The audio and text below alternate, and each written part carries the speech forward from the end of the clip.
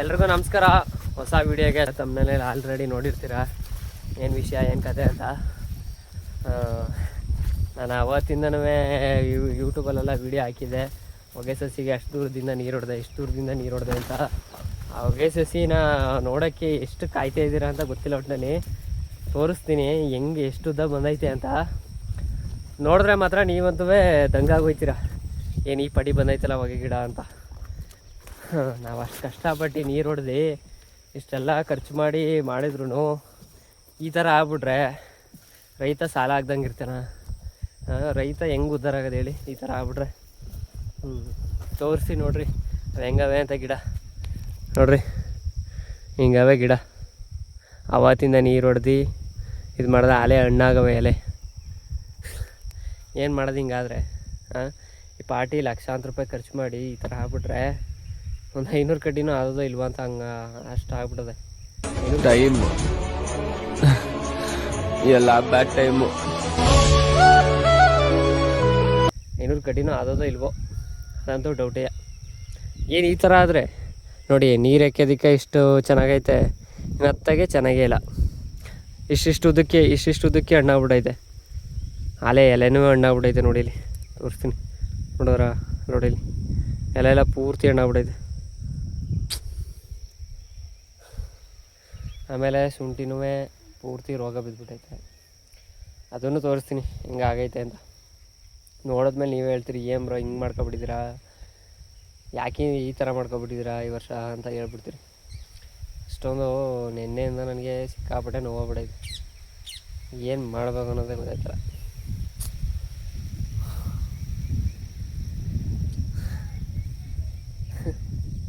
ಈ ಥರ ಆರಾಮ ಮಾಡ್ಕೊಬಿಟ್ರೆ ಏನು ಹೇಳೋದು ಅಂತಲೇ ಅರ್ಥ ಆಗ್ತದೆ ನನಗೆ. ಇಷ್ಟೆಲ್ಲ ಕಷ್ಟಪಟ್ಟು ವ್ಯವಸಾಯ ಮಾಡೋದು ಏನಕ್ಕೆ? ಸುಮ್ಮನೆ ಅದೇ ದುಡ್ಡನ್ನ ಬಡ್ಡಿ ಸಾಲನ ಇಸ್ಕೊಬರ್ಬಾರ್ದು, ಬಡ್ಡಿ ಸಾಲಕ್ಕೂ ಹೋಗ್ಬಾರ್ದು. ಸುಮ್ಮನೆ ನಮ್ಮ ಜಮೀನಲ್ಲಿ ಆದಷ್ಟು ಮಾಡ್ಕೊಂಡು ಕಾಲ ಹತ್ಕೊ ಹೋಗ್ಬೇಕು. ಇಲ್ಲ ಬೇರೆಯವ್ರ ಕೂಲಿ ಕೆಲಸಕ್ಕಾರು ಹೋದರೆ ಒಂದು 600-800 ರೂಪಾಯಿ ಕಾಸು ಸಿಗುತ್ತೆ. ಹೆಂಗೋ ಡೈಲಿ ಅದೇ ಮೇಂಟೈನ್ ಆಗುತ್ತೆ. ಈ ಥರ ಮಾಡ್ಕೊಂಡು ನಾವೇನೋ ಮಾಡ್ತೀವಿ, ಹಂಗೆ ಮಾಡ್ತೀವಿ ಹಿಂಗೆ ಮಾಡ್ತೀವಿ ಅನ್ಕೊಂಬರೋದು ಇಲ್ಲಿ ಈ ಥರ ಆಗೋದು. ಅದರಲ್ಲಿ ಬೇರೆ ಈಗ ಹೊಗೆ ಗಿಡಕ್ಕೆ ನೀರು ಜಾಸ್ತಿ ಹೊಡಿಬೇಡಿ ಅಂದರೆ, ನೀರು ಹೊಡಿಲಿಲ್ಲ ಅಂದರೆ ಹೊಗೆ ಗಿಡನೇ ಬರೋಕ್ಕಿಲ್ಲ, ನೀರು ಹೊಡಿಬೇಡಿ ಅಂತಾರೆ. ಹೆಂಗೆ ಮಾಡೋದು ಹೇಳಿ? ನೀವೇ ಹೇಳಿ ಹೆಂಗೆ ಮಾಡೋದು ಅಂತ. ಅದು ಸಾಕಾಗೋಗ್ಬಿಡೋದೆ ಗುರು. ವ್ಯವಸಾಯನೇ ಬೇಜಾರು ಬಂದ್ಬಿಡೋದು ನನಗೆ. ಎಷ್ಟು ಸ್ಟಾರ್ಟಿಂಗಲ್ಲಿ ಬಂದಾಗ ಎಷ್ಟು ಜೋಸಿತ್ತು, ಅಷ್ಟು ಈ ವರ್ಷಕ್ಕೆ ಅಷ್ಟು ತೋರಿಸ್ಬಿಡೋದೆ. ಏನೋ ಒಂಥರ ವ್ಯವಸಾಯನೇ ಮಾಡಬಾರ್ದು ಅನಿಸ್ಬಿಡೋದು ನನಗೆ.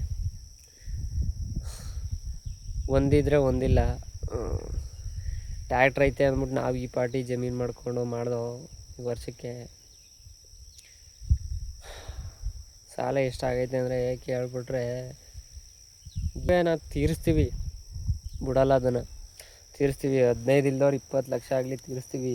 ಅದಕ್ಕೆ ಅದ್ರ ಕತೆ ಅಲ್ಲ. ನಾವು ಮಾಡಿದ್ದಕ್ಕೆ ಈ ಥರ ಆಗ್ತೈತಲ್ಲ, ಅದೊಂದೇ ಬೇಜಾರು ನನಗೆ. ಮನೆ ಜನ ಎಲ್ಲ ಸೇರಿಕೊಂಡು ಇಷ್ಟೆಲ್ಲ ಆಳುಗೆ ಕಾಳಿಗೆ ದುಡ್ಡು ಕೊಡ್ದಂಗೆ ನಾವೇ ಮಾಡ್ಕೊಂಡು ಇಷ್ಟೆಲ್ಲ ಕಷ್ಟಪಟ್ಟು ಕೆಲಸ ಮಾಡಿದ್ರು ರಿಸಲ್ಟ್ ಬರ್ಬೇಕಾದ್ರೆ ಈ ಥರ ಬರುತ್ತಲ್ಲ, ಹೆಂಗೆ ಮಾಡೋದು, ಯಾವ ಥರ ಮಾಡೋದು ಅಂತಲೇ ಅರ್ಥ ಆಗ್ತಾರೆ.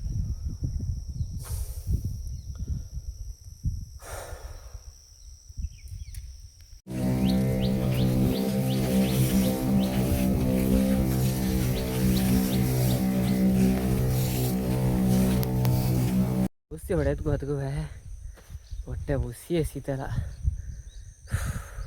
ಇನ್ನೊಂದು ಇಷ್ಟ ಐತೆ, ಹೊಡೆದ್ಬಿಟ್ಟು ಹೋಗೋಣ ಅಂದರೆ ಟೈಮು ಹುಸಿ ಆಗಿರೋ ಆಲೆ 10:30. ನೀರು ಕುಡ್ಕೊಂಡೆ ಕಾಲ ಕಳಿತಾವನಿ. ನೇಟೆಲ್ಲ ಹೋಗ್ಬಿಟ್ಟಿದ್ದೋ, ಬರೋದು ಸ್ವಲ್ಪ ಲೇಟ್ ಆಯಿತು.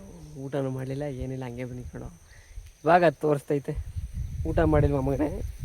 ಮಾಡು ಈಗ ಹೊಡಿ, ತೋರಿಸ್ತೀನಿ ನಾನು ಏನು ಅಂತ ಅಂದ್ಬಿಟ್ಟು. ಯಪ್ಪ ಕಳ್ಳು ಇಂಥ ಕೂತದ ಹಂಗೇನೆ ಔಷಧಿ ಸ್ಮೆಲ್ಗೂ ಅದಕ್ಕೂ ಹೊಟ್ಟೆ ಹಸಿತಲ್ಲ. ಜಲ್ದಿ ಹೊಟ್ಬಿಟ್ಟು ಹೋಗೋಣ ನೋಡೋದ. ಅಯ್ಯಪ್ಪ ಇನ್ನೂ ಅರ್ಧ ಡ್ರಮ್ ಅದಲ್ಲಪ್ಪ ಔಷಧಿ, ಇನ್ನೂ ಇಷ್ಟದೆ. ಈಗ ಈ ಕ್ಯಾನ್ ತುಂಬ್ಕೋಬೇಕು. ಇಲ್ಲಿಂದ ಈಗ ಈ ಕಡೆಗೆ ಒಂದು 4-5 ಕ್ಯಾನ್ ಬೇಕಾಯ್ತದೆ. ಜಲ್ದಿ ಹೊಡೆದ್ಬಿಟ್ಟು ಹೋಗೋಣ ಅಂದರೆ ಹೊಡೆಯೋಕೆ ಆಯ್ತಲ್ಲ. ಯಪ್ಪ ಅವನು ಬೇರೆ ನನ್ನ ತಮ್ಮನೂ ಸ್ವಲ್ಪ ಕೆಲಸ ಅದೇ ಅಂದ್ಬಿಟ್ಟು ಹೋದ. ಈಗ ನಾನು ಒಬ್ಬನೇ ಹೊಡಿತಾ ಇರೋದು. ಸರಿ ಹೊಡೆಯೋಣ ಬನ್ನಿ. ಜೊತೆಗೆ ಔಷಧಿ ಹೊಡೆದು ಮುಗಿಸ್ದೆ. ಟೈಮು 11:15 ಆಗೋಗ್ಬಿಟ್ಟದೆ ಅಲ್ಲೇ. ಇಷ್ಟೊತ್ತಲ್ಲಿ ಹೋಗಿ ನಾಷ್ಟ ಮಾಡೋದೇನು. ಇವಾಗ ಡ್ರಮ್ಮು ಬೇರೆಯವ್ರದ್ದು ಅದನ್ನ ತೊಗೊಂಡೋಗಿ ಕೊಟ್ಬಿಟ್ಟು ಕ್ಯಾನ್ಗಳನ್ನ ಎತ್ಕೊಂಡು ಹೋಗ್ಬೇಕು. ಗಾಡಿ ತೊಗೊಬಂದಿದ್ದೆ, ನನ್ನ ತಮ್ಮ ತೊಗೊಬಿಡೋಣ. ಈಗ ಅವನ್ನೇ ಕರ್ಸ್ಕೊಬೇಕು. ಕರ್ಸ್ಕೊಂಡೀಗ ಮನೆಗೆ ಹೋಗ್ಬೇಕು. ಮನೇಲಿ ಏನೇನಾಗೈತೆ, ದನ ಕಟ್ಟಾಕಿದ್ದಾರೋ ಇಲ್ವೋ ಗೊತ್ತಿಲ್ಲ, ನೋಡಬೇಕು ಏನೇನು ಮಾಡಿದಾರೋ ಅಂತ. A few moments later. ಮನೇಲಿ ಸ್ವಲ್ಪ ಕೆಲಸ ಇತ್ತು, ಅದನ್ನೆಲ್ಲ ಮುಗಿಸ್ಬಿಟ್ಟಷ್ಟೊಳಗೆ ಇಷ್ಟೊತ್ತು ಆಗೋಯ್ತು. ಆಮೇಲಿಂದ ಬಂದು ಆಗಲೇ ಡ್ರಮ್ಗೆಲ್ಲ ನೀರು ತುಂಬಿಸಿ ರೆಡಿ ಮಾಡಿದ್ದೆ. ಇವಾಗ ಔಷಧಿ ಕಲಿಸ್ಬೇಕು. ಅದಕ್ಕೋಸ್ಕರ ಔಷಧಿಯೆಲ್ಲ ತಂದು ಮಡಿಕೊಂಡಿದ್ದೀನಿ. ಹೀಗೆಲ್ಲ ಕಲಸಿ ಬಿಡಬೇಕು. ಶುಂಠಿ ತೋರಿಸ್ತೀನಿ ಅಂದವಲ್ಲ, ನೋಡಿರಿ ಶುಂಠಿ ಯಾವ ಥರ ಆಗಿದೆ ಅಂತ ಕಾಣಿಸ್ತಾ ಇದೆಯಾ? ರೋಗ ಬಿದ್ದಿರೋದಿದೆಲ್ಲ ಇಲ್ಲಿ ಇಲ್ಲಿ ಪೂರ ಅಲ್ಲಿ ಹೆಂಗೆ ಕಾಣಿಸ್ತೈತೆ ಅಂತ ನೋಡಿ. ಇಲ್ಲೆಲ್ಲ ಸಿಕ್ಕಾಪಟ್ಟೆ ಅಂದರೆ ಸಿಕ್ಕಾಪಟ್ಟೆ ಬಿದ್ದುಬಿಟ್ಟೈತೆ. ಅದಕ್ಕೋಸ್ಕರ ಕೊಟ್ಬಿಡೋದ ಅಂತ ನೋಡಿದೆ. 6,000 ಇದ್ದಿದ್ದು ಶುಂಠಿ ಇವತ್ತು ಅದೇ ರೇಟು 3,300 ಆಗೈತೆ. ಅದಕ್ಕೆ ಯಾಕೋ ಮನಸ್ಸಾಗಲಿಲ್ಲ.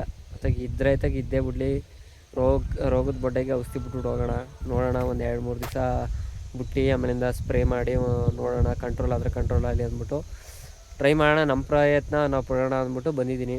ನೋಡ್ದೆ ಹೆಂಗಾಗುತ್ತೆ ಅಂತ. ನನಗಂತೂ ಎಷ್ಟೋ ಚೆನ್ನಾಗಿತ್ತು ಶುಂಠಿ. ಮಳೆ ಬಿದ್ದ ಮಳೆ ಬಿದ್ದು ಬಿಸಿಲು ಹೊಡಿತಲ್ಲ, ಅದಾದಮೇಲೆ ಚೇಂಜ್ ಆಗೋಯ್ತು ಶುಂಠಿ. ಪೂರ್ತಿ ರೋಗಕ್ಕೆ ತಿರ್ಕೊಬಿಟ್ಟು ಸುಣ್ಣ ಎಲ್ಲ ಹಾಕಿ ರೆಡಿ ಮಾಡ್ದೋ. ಇಲ್ಲಿ ಸುಣ್ಣ ಎಲ್ಲ ಹಾಕಿ ರೆಡಿ ಮಾಡಿದ್ದೀವಿ. ಆದರೂ ಯಾಕೋ ಕಂಟ್ರೋಲ್ಗೆ ಸಿಗ್ತಾಯಿಲ್ಲ. ಇನ್ನೇನು ಮಾಡೋಕ್ಕಾಗಲ್ಲ, ಆದಂಗೆ ಆಗಲಿ ಹಣೆ ಬರ ಅಂದ್ಬಿಟ್ಟು ಈಗ ಔಷಧಿ ತೊಗೊಂಬಂದಿದ್ದೀನಿ. ಇದನ್ನೆಲ್ಲ ಡ್ರಮ್ಗೆ ಹಾಕಿ ರೆಡಿ ಮಾಡಿಬಿಟ್ಟು ಹಾಕೋದ ನೋಡೋಕ್ಕಾಯ್ತದೆ ಹೆಂಗಾಗೋದು. ದೇವ್ರ ಮೇಲೆ ಭಾರ ಹಾಕ್ಬಿಟ್ಟು ಜೈ ಶ್ರೀರಾಮ್ ಅಂದ್ಬಿಟ್ಟು ಹೊಡಿತಾ ಇರ್ಬೇಕಷ್ಟೆ, ಏನೂ ಹೇಳೋಕ್ಕಾಗಲ್ಲ. ಇದು ನಮ್ಮ ದೊಡ್ಡಪ್ಪವ್ರ ಶುಂಠಿ. ಇವ್ರದ್ದು ಈ ಥರ ಐತೆ. ಅವ್ರದ್ದು ಒಂದೊಂದು ಬಡ್ಡೆ ಬಿದ್ದೈತೆ, ಅಷ್ಟಾಗಿ ಬಿದ್ದಿಲ್ಲ ಒಟ್ಟಿನಲ್ಲಿ. ನಮ್ಮದು ಸಿಕ್ಕಾಪಟ್ಟೆ ಬಿದ್ದುಬಿಟ್ಟೈತೆ.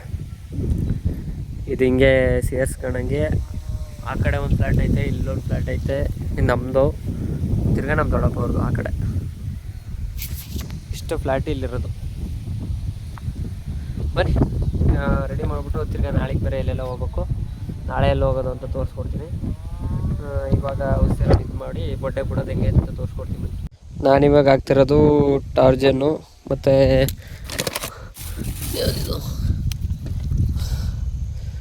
ಕ್ಲೋರೋ ಗಾರ್ಡು ಕ್ಲೋರೋ 5 20% EC ಅಂತ ಐತೆ. ಇದು ಯಾವುದೋ 1-2 ಪ್ಯಾಕೆಟ್ ಕೊಟ್ಟವ್ರೆ. ಇದು ಏನಕ್ಕೆ ಅಂತ ಗೊತ್ತಿಲ್ಲ, ಏನಕ್ಕೆ ಯೂಸು ಅಂತ. ಟ್ಯಾಗ್ ಮೈಕಿನ್ ಅಂತ. ಇದೇನು ಕಂಟ್ರೋಲ್ ಮಾಡುತ್ತೋ ಗೊತ್ತಿಲ್ಲ.